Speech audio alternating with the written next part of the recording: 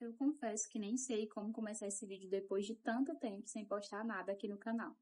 Mas porque uma pessoa me pediu, eu vim aqui falar um pouquinho sobre a minha história com o transtorno, o que aconteceu na minha vida e o que me ajudou durante todo esse processo. Ao longo de toda a minha vida, eu sempre tive ansiedade, então tinha algumas crises de medo muito intenso, mas eu não sabia exatamente o que se passava comigo. Eu sabia que todos os anos eu tinha crises, e isso poderia durar 1 mês, 2 meses, 3 meses, mas nunca passava disso.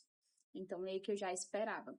E aconteceram, sim, alguns eventos na minha vida que eu acredito que fizeram com que a situação piorasse ou que eu desenvolvesse. Porque eu lembro que desde os 5 anos de idade eu já tinha esses problemas, eu tinha essas crises. E sempre vivia muito doente. Tem transtorno de ansiedade ou depressão, isso afeta muito o sistema imunológico. Então, tudo que mexe com o nosso emocional também mexe com o físico. E aí os meus pais achavam que a coisa era mais simples, não necessariamente eles tinham essa consciência de que eu tinha ansiedade. E eu lembro que esses sintomas eram tão fortes que quando eu tinha crise, eu tinha a sensação de não estar na realidade. Isso também é um sintoma da ansiedade, né? A despersonalização ou a desrealização. A sensação era realmente muito ruim.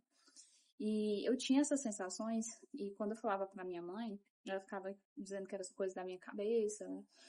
Porque ela realmente não entendia, e até um dia desses eu não sabia o que isso significava. A sensação de angústia também me perseguia, então era uma tristeza, um sentimento, uma sensação ruim que eu não sabia bem explicar, mas toda vez que eu tinha crise, eu tinha elas. E eu sentia que eu não era normal. E aí eu fui lidando com o problema da forma que os meus pais achavam que era melhor.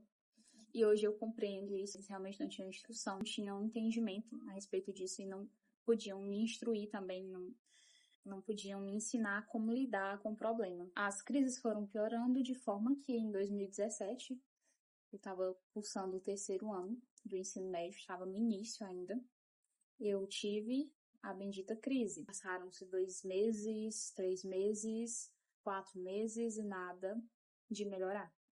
Isso começou a afetar os meus estudos, os meus relacionamentos, e eu passei a não ter mais apetite, né? Então, na época, eu só me percebi depois, mas eu perdi 8 quilos. Eu me via de forma distorcida, então eu olhava no espelho, eu odiava a minha imagem, sentia que eu não tinha nada de valor, que a vida realmente não tinha sentido, e sentimento de angústia, de tristeza que não se desfazia de mim. Daí eu fui afetada por muitos pensamentos. As pessoas se referem, né, como pensamentos intrusivos, que são pensamentos que vêm na sua mente, pensamentos ruins, mas que pessoas que não têm nenhum transtorno, elas conseguem se desfazer rapidamente deles. Começou um dia que eu estava estudando, eu estava me dedicando muito, porque eu tinha um sonho de fazer medicina.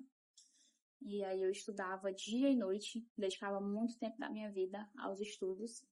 E aí, num domingo, estava estudando história, lembro como se fosse ontem, começou a vir assim, um sentimento de tristeza, de angústia muito grande, um desejo de morrer. E desde aquele dia a minha vida mudou, tudo mudou. Eu tinha rotina, eu tinha sonhos, eu tinha alegria, e de repente passei a ficar todos os dias no fundo de uma rede por muito tempo. Não conseguia dormir direito, então passei praticamente 2 meses acordada. E quando eu conseguia dormir, eu dormia 1 a 2 horas, tinha muitos pesadelos por conta até mesmo do desgaste, né? Os pais tentavam me levar para sair, conversar, comer alguma coisa, e não adiantava. Eu não me sentia bem, os pensamentos continuavam me atormentando. Tudo que eu tentava fazer, de alguma forma, eu não me sentia confortável, não me sentia bem.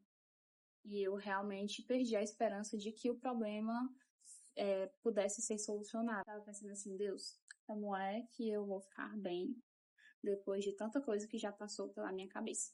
E para quem não sabe, o transtorno obsessivo compulsivo é um transtorno que se desenvolve a partir da ansiedade. E eu vejo muitas pessoas que têm esse problema, mas que têm dificuldade de compartilhar com alguém que tem medo. E é um transtorno muito difícil, é considerado um dos mais difíceis dentro da psicologia. porque você é atormentado por pensamentos obsessivos. Esses pensamentos são contrários àquilo que você ama, àquilo que você acredita. Então, vou dar um exemplo simples. Se você é uma pessoa que crê em Deus, os pensamentos que vão vir na sua cabeça são de que você não crê em Deus, que você não ama Deus, que você odeia Deus. Esses pensamentos, eles ficam de forma repetitiva na tua cabeça, de forma que você passa a acreditar que eles são verdadeiros. Não saber identificar o problema é muito difícil, porque aí você se sente um monstro, você sente que você é a pior pessoa do mundo. Então, a crise que eu tive em 2017 durou 7 meses. Isso não quer dizer que os pensamentos cessaram, que eu voltei a ter uma vida normal. Eu era muito limitada, então, durante esse período de tempo que eu estava em profunda depressão, eu não conseguia ir para a escola, eu não conseguia fazer as coisas que normalmente eu faria sozinha, com autonomia. Então, alguém sempre ficava comigo, até para tomar banho eu tinha dificuldade. E aí eu fui em alguns psicólogos, mas eu não me sentia bem. Então, depois da primeira sessão, eu não queria mais saber de conversar com o psicólogo sobre nada. Achava que isso não resolveu o meu problema, achava que era tudo de ordem espiritual.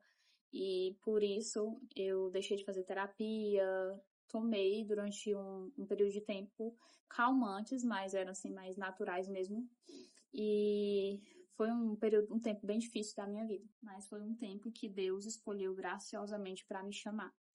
Porque eu fazia planos, projetos, e Deus não estava incluído neles. Eu dizia que conhecia Deus, mas eu não tinha um relacionamento com Ele. Foi nessa estação que eu vi o Senhor como a minha única alternativa. E eu fui buscá-lo não porque eu queria conhecê-lo, não porque eu realmente queria ser salva, né?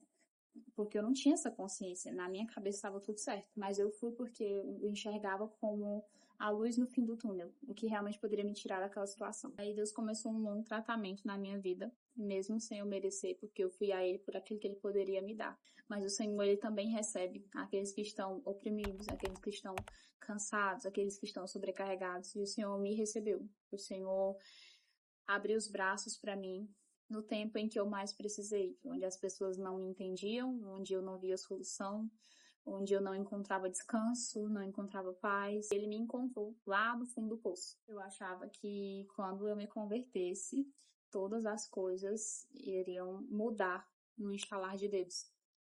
E não foi bem assim que a coisa aconteceu. Mas eu acho que esse vídeo vai ficar muito extenso. Depois eu vou fazer um outro, se você quer saber o restante da história. O que Deus fez na minha vida, como eu estou hoje, depois de alguns anos, né? Já tem 8 anos que eu converti, que eu realmente decidi seguir a vida com Cristo. Comenta aqui embaixo, parte 2, que eu vou fazer parte 2. Beijo, que Deus abençoe.